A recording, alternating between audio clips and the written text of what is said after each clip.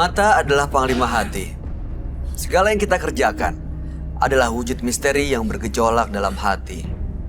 Baik, buruk, kejam, pilu, sampai kisah ironis, semua akan kita kuak di sini, menembus mata batin.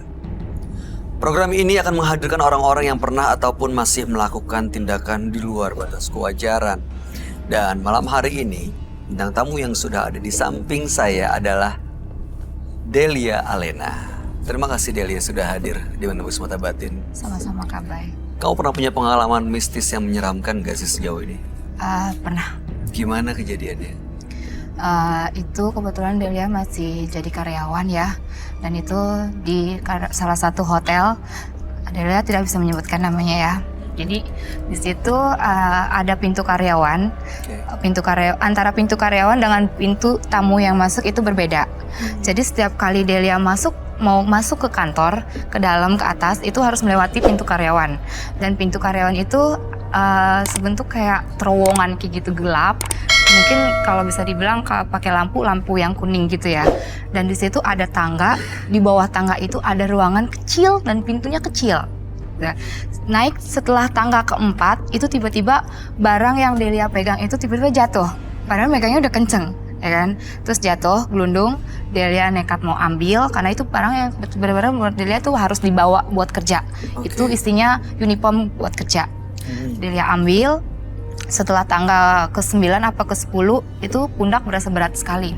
Berat banget, terus kayak ada sesuatu yang masuk gitu, kayak angin kenceng gitu, brut gitu. Tiba-tiba kok ini kenapa aku kok tiba-tiba berasa pusing, terus agak mual gitu kan. Tapi dia paksakan untuk kerja terus karena itu kan dia di situ kebetulan chipnya di situ, readernya kan.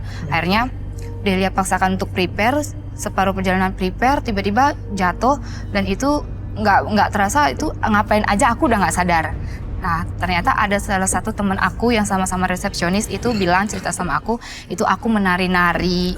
Terus dari yang tidur bisa langsung kayak terbang gitu set ke pintu loker, dan itu benar-benar semua nyaksiin, dari manajer, asmen dan teman-teman resepsionis, semua divisi di loker perempuan itu semua tahu. Dari yang tadi tiduran nari-nari sampai geser ke pintu loker. Nari-nari? Ya. Kamu kerasukan gitu? Iya. Kata mereka? Bisa dibilang seperti itu. Kerasukan siapa ya? Itu kalau orang pinternya bilang kan dari pihak manajemen hotel itu manggil orang pinter, dan itu bilang itu sexy dancer yang sudah lama meninggal bunuh diri di tempat itu. Tapi setelah itu nggak pernah kerasukan lagi kan? Alhamdulillah. Mudah-mudahan sih enggak ya. Jangan sampai lagi. Dan mudah-mudahan malam hari ini kamu baik-baik aja. Ya, kita akan segera ketemu dengan partisipan kita yang pertama ya, Del. Ya. Berikutnya akan hadir seorang pria yang mengaku tega menyakiti kakak kandungnya sendiri demi harta. Malam hari ini kami akan panggil dia dengan nama samaran. Kami persilakan Rian.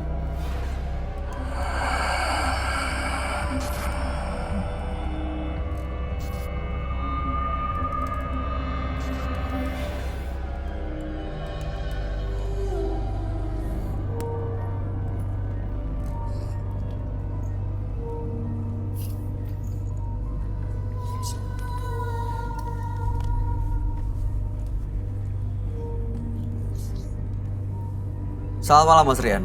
Selamat malam. Apa yang mau Anda ceritakan? Di sini saya mau menceritakan tentang harta warisan. Jadi pada saat itu kebetulan sedang ada pembagian warisan. Nah, pada saat itu pula kakak saya dibagikan hasil warisannya lebih besar dari saya. Secara tidak langsung, mungkin saya langsung emosi. Kemudian, ketika kakak saya lengah, ketika tidur, saya langsung ambil di belakang dan saya pukuli sampai dia bocor dan lemas. Setelah itu saya seret kaki kakak saya ke kamar mandi. Dan disitulah Saya mencelupkan kepala kakak saya sampai ia lemes, tidak berdaya, dan akhirnya. Kenapa harta warisan bapak lebih banyak ke kakak daripada ke aku? Kakak nggak tahu. Aku nggak percaya, Kak. Aku tuh anak laki-laki, Kak. Aku harus dapat lebih banyak harta warisan, bukan kakak. Seterahlah, Dek. Kamu soal harta terus dia pikirin. Serah kamu, kakak udah nggak mau mikirin soal itu.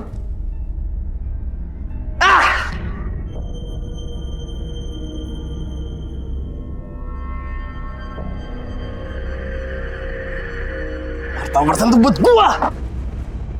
Buat gua.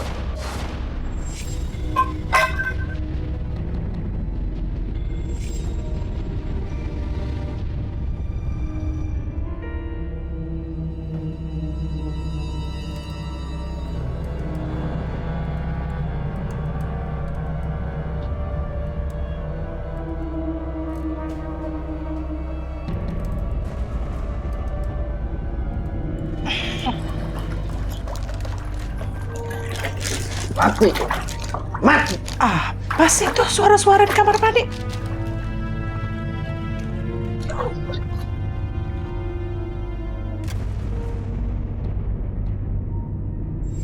Astaga, Rian! Apa yang kamu lakukan, Rian? Astaga! Astaga, Rian! Jawab dulu! Ya ampun! Ya ampun! Ya ampun, Rian! Astaga! Apa yang kamu lakukan sama kakakmu, Rian?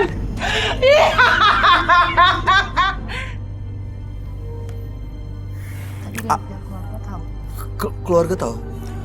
Nah, pada saat kakak saya meninggal, saya kepergok sama orang tua saya. Dan kemudian saya kabur. Kabur? Iya. Jadi Anda tidak melalui proses hukum? Saya kabur selama beberapa minggu. Dan beberapa minggu itu saya ketangkap polisi. Oke, bertanggung jawabkan secara hukum.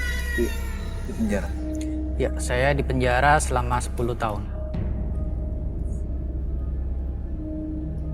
Oke, setelah itu sudah keluar sekarang? Sudah Ya. selesai semua?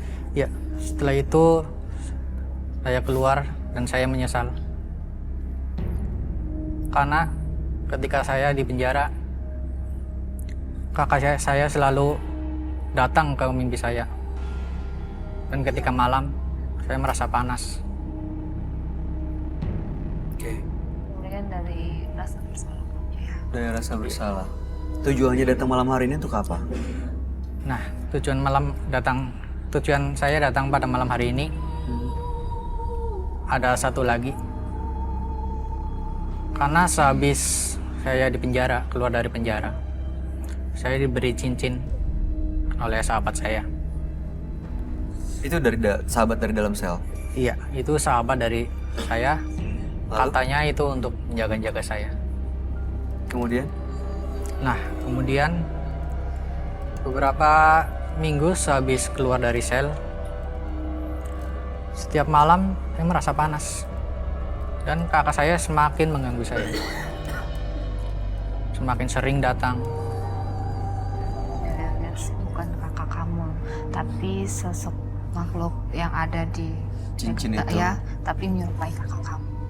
Jadi semakin kamu dihantui kakak kamu, semakin kamu merasa Oke. bersalah, dia Baik. semakin menyerupai kakak kamu. Oke. Jadi malam hari ini justru ingin melepas dari gangguan-gangguan itu? Iya. Saya datang sini, saya ingin melepas gangguan dari kakak saya, dan saya ingin melepas dari perasaan panas setiap malam yang datang. Mudah-mudahan malam hari ini Mas Rian bisa mendapatkan solusi yang diinginkan ya. Kita akan tanya bagaimana pendapat seorang Roy Kiyoshi melihat permasalahan ini. Kami akan ajak Mas Rian untuk langsung bertemu dengan sahabat kami. Dia adalah seorang indigo. Kami persilahkan Roy Kiyoshi. Sebelumnya, tim Mata Batin sudah memberikan tanggal lahir dan nomor rumah partisipan kepada Roy Kiyoshi dengan mata batinnya. Roy akan membaca berdasarkan angka yang kami berikan. Rian, tanggal lahir 24 Oktober 1990 dengan nomor rumah 16. Saya melihat ada aura negatif yang menyelimuti diri Rian. Aura negatif ini yang berdampak buruk dalam kehidupan Rian. Saya merasakan sosok Rian penuh dengan emosi. Emosi yang sulit dikontrol oleh Rian terpengaruh dengan sosok gaib yang ada di dirinya. Dan saya melihat adanya korban dan penyesalan di dirinya membuat ia mengalami ketakutan yang sangat dalam dan traumatik. Di badannya Rian, saya melihat ada sosok laki-laki berwajah rusak dan penuh penderitaan.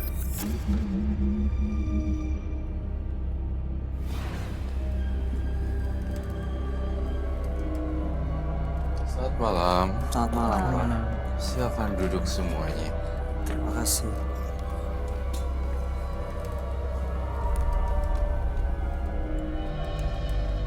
Rian dengan tanggal lahir 24 bulan 10 1990 dan nomor rumah 16. Rian karena urusan pembagian warisan yang dirasa tidak adil, akhirnya emosi, menyiksa dan membunuh kakaknya sendiri. Sudah mempertanggungjawabkannya secara hukum di polisi, tapi saat di penjara sering didatangi oleh arwah kakaknya. Begitu keluar, mendapatkan cincin dari sahabatnya, tapi sosok yang menghantui masih terus hadir dan juga sering merasa panas setiap malam. Kayak malam hari datang ke menembus mata batin untuk menghilangkan gangguan-gangguan itu. Iya, Betul ya? betul. Gangguan-gangguan tersebut tuh sebenarnya kalau saya boleh simpulkan secara cepat adalah arwah kakaknya. Dan ada dua kemungkinan juga di sini. Jin yang menyerupai arwah kakaknya. Jadi manipulasi dan manifestasi sebenarnya. Tidak mentah-mentah itu kakaknya, tapi malah ada jin yang menyalahgunakan kemudian menyamar menjadi kakaknya. Makhluk yang ada di badan dia laki-laki. Iya, benar Laki-laki memang. sekali.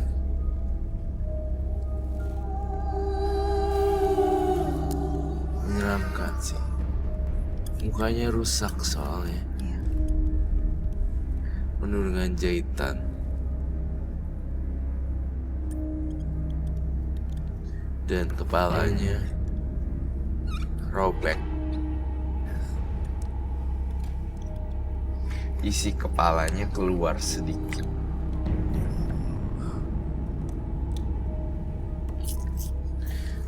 Sosok itu ada sekarang, Roy. Sosok itu ada sekarang di bayang-bayang matanya. Rian itu sosok yang tenang namun menghanyutkan. Bagai air danau yang tenang, kita tidak tahu isinya kedalamannya. Ini otak. Otaknya berantakan.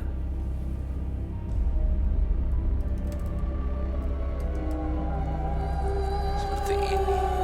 Aduh. Ini ada yang rusak bagiannya. Ya, dia lihatnya di bawah mata itu. Kau juga ngeliat seperti ini? Ya, merah di bawah Merah mata. di bawah mata seperti Saya itu. ngeliat di gambar aja ketakutan. Kamu bisa ngeliat langsung, kamu gak ketakutan, Del? Takut banget. Kita punya kelebihan juga. Belum tentu semua enak ya. Seorang Iya, lihat soalnya bisa ngeliat-ngeliat kayak gini ya.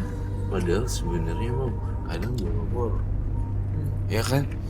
Serem-seremnya gak kira-kira. Kebayang gak sih baru bangun tidur tiba-tiba pas buka mata langsung ada gini. Iya. Dan itu terjadi terus-menerus di hidup saya setiap bangun pagi. Dan it's totally crazy, man, you know. Itu mengganggu sih. Kadang kita butuh tidur kan. Itu makanya kadang orang lihat enak padahal sebenarnya serem, iya gak sih?